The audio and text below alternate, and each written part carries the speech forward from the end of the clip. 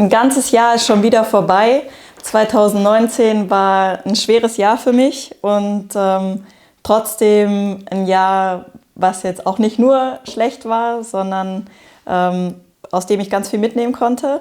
Und da wir einfach auch super viel geilen Videomaterial gedreht haben, habe ich gedacht, ich mache ein Video, um nochmal mein Jahr zusammenzufassen und euch da nochmal mitzunehmen. Und damit fangen wir jetzt an. Finding my way back home. All the years seem so long, like steering in the dark, coming by name. Ich schwimme heute mit Pulli, weil sonst sind die irgendwie viel zu langsam. Habe ich mir eleganter vorgestellt.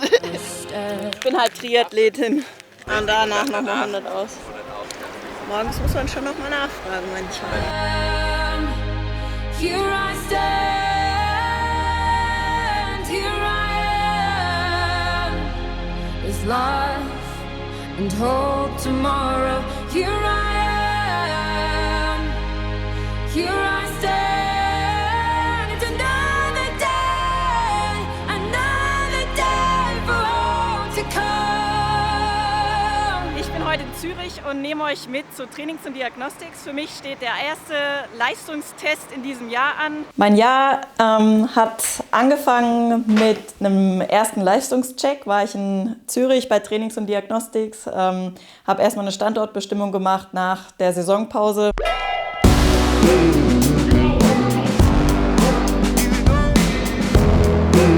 Das war die kurze Entspannung, bevor es losgeht.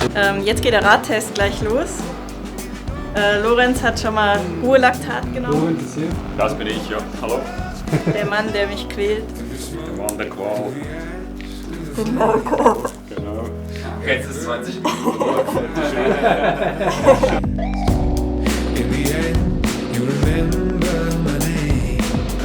Auf geht's. Ja, jetzt zieh. Los. Komm, drücken. Jetzt genau. Komm. 30 Sekunden. Zieh. Ab. Sehr gut, ja, super.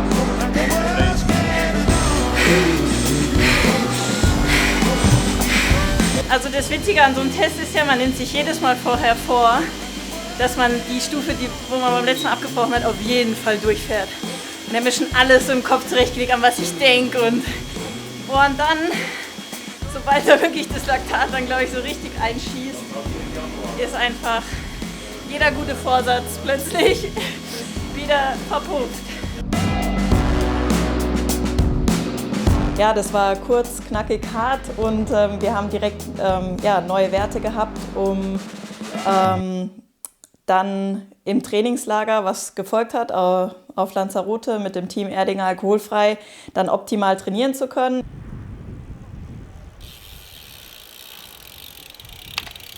Hallo Leute, ich bin jetzt auf Lanzarote angekommen.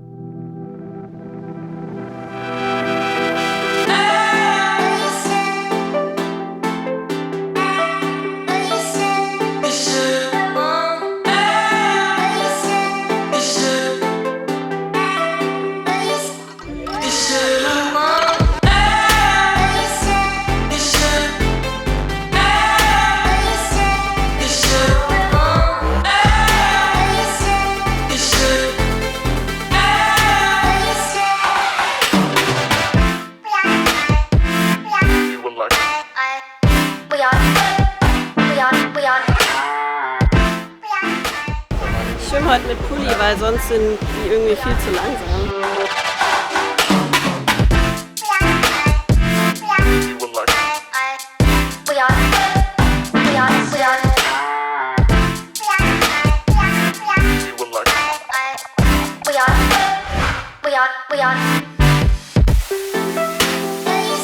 Mein Zopf ist das Windparameter.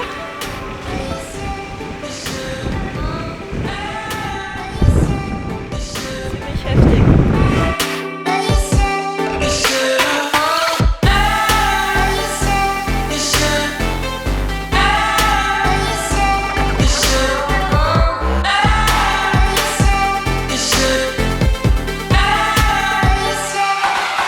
Ich habe da 2 geniale Wochen gehabt, hat wie immer super viel Spaß gemacht, ja, nicht alleine trainieren zu müssen, wie es sonst häufig bei mir der Fall ist, sondern ja, mit den anderen zusammen unterwegs zu sein. Und ja, die Zeit ist wirklich sehr produktiv gewesen. Ich hatte das Gefühl, in allen 3 Disziplinen richtig ja, Fortschritte zu machen, habe mich richtig fit gefühlt.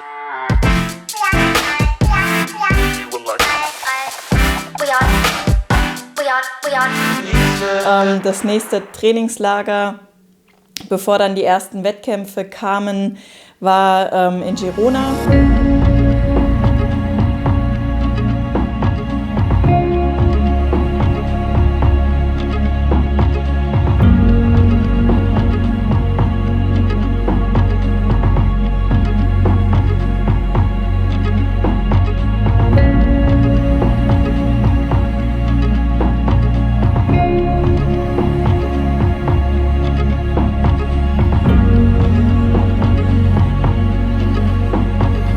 Jetzt heißt es wieder auf die Jungs warten.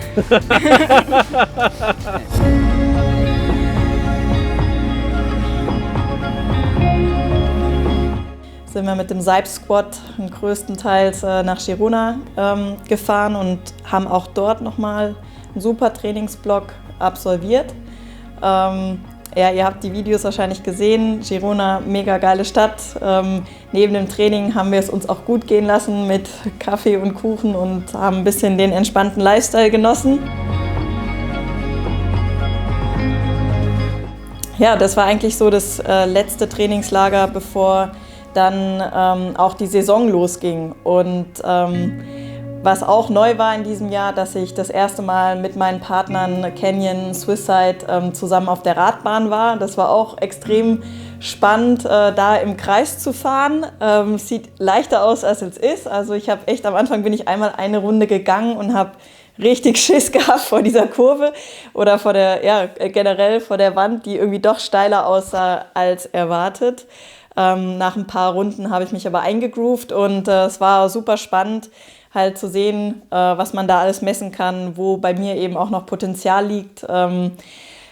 Weiter gingen diese ganzen Messungen dann im Windkanal, der mir schon vertraut war. Da war ich schon die letzten Jahre häufiger drin und konnte meine Position auf dem Rad da weiter optimieren und auch Materialentscheidungen treffen.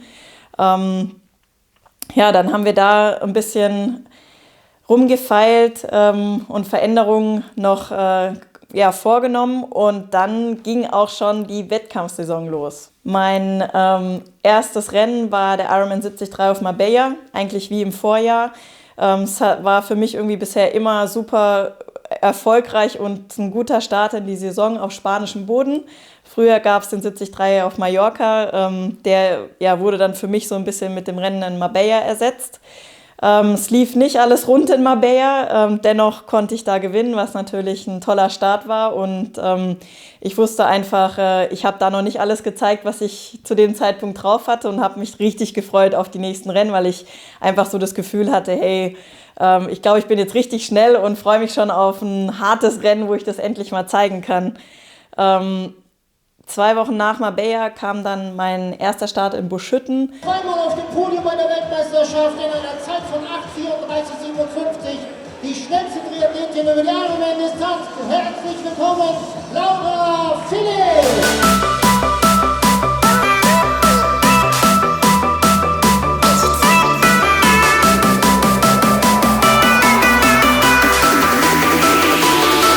Buschütten war grauenhaftes Wetter. Ein paar von euch werden sich vielleicht erinnern, wenn sie selbst am Start war.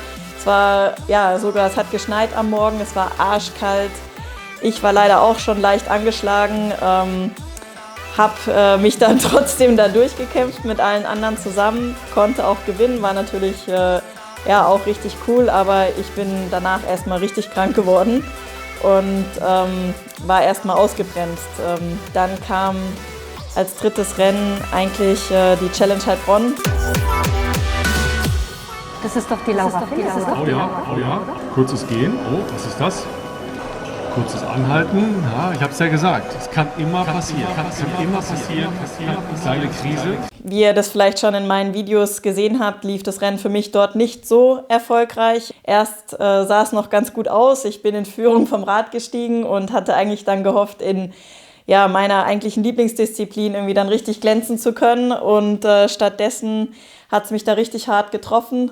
Ich habe Schmerzen bekommen von einem auf den anderen Moment, die so heftig waren, dass ich wirklich nicht mehr laufen konnte. Musste das Rennen dann in Führung liegend abbrechen und mich erstmal untersuchen lassen. Ihr könnt euch das Video auch nochmal anschauen, wo ich nochmal ganz genau erkläre, was los war mit meiner Verletzung.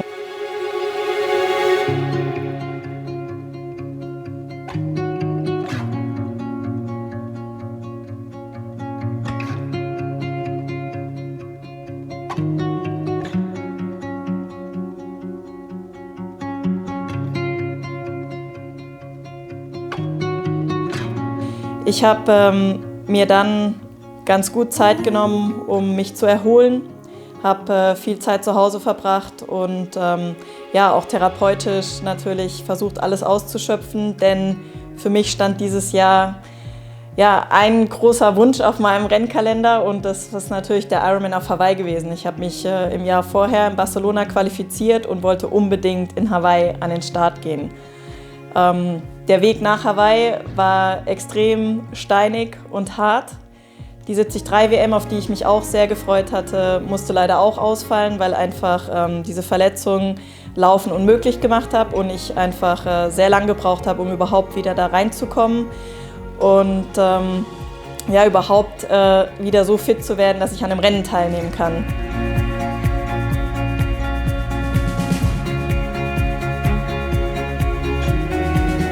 Dennoch wollte ich das Ziel nicht loslassen, doch auf Hawaii zu starten. Ich habe mir gedacht, ich probiere jetzt einfach alles, um irgendwie da an den Start zu kommen.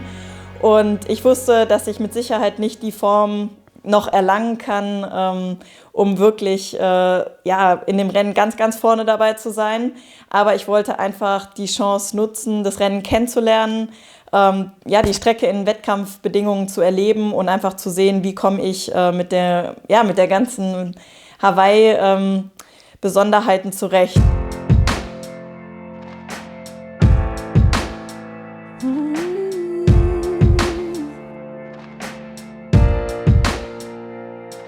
The stars are looking out across the sky. I never could believe that I'd be living in a moment quite like the one I'm living now. With you by my side, I was given new wings to fly high off of the mountain. My spirit's new. You got a love that's higher. You got a heart that's stronger.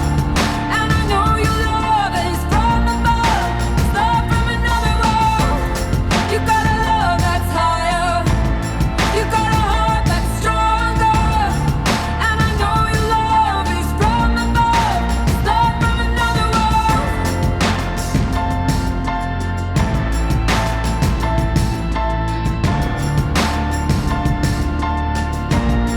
Und dass es tatsächlich am Ende bei meinem ersten Hawaii-Start der 4. Platz wurde, war für mich ein Wunder. Aber wie so oft im Leben bringen einen genau die schwierigen Zeiten ja auch richtig voran. Und ich glaube, ich habe noch nie in meinem Leben so viel über mich, über meinen Körper, über mein Training gelernt und hoffe, dass ich eben auch die richtigen Schlüsse draus ziehe, dass ich nächstes Jahr einfach gesund bleibe. Das ist wirklich Nummer 1 und dann hoffentlich in meinem bestmöglichen Shape eben auch bei ganz vielen tollen Rennen an der Startlinie stehen kann, weil das ist eigentlich das, weshalb ich den Sport so gerne mache und wofür ich trainiere. Das sind die Wettkämpfe und davon wünsche ich mir nächstes Jahr ganz viele. Und ich danke euch allen da draußen, dass ihr meine Reise über das Jahr verfolgt, euch die Videos anschaut, kommentiert, eure Meinung mit mir teilt und mir macht es unglaublich viel Freude. Vor allem eben auch in so Momenten, wo es nicht läuft, war es extrem toll zu wissen, wie viele an mich denken und eben auch vielleicht schon Gleiches erlebt haben und man eben das zusammen teilen kann. Also ich wünsche euch allen einen guten Start ins neue Jahr und hoffe, dass wir uns an ganz vielen Startlinien wiedersehen. Mach's gut.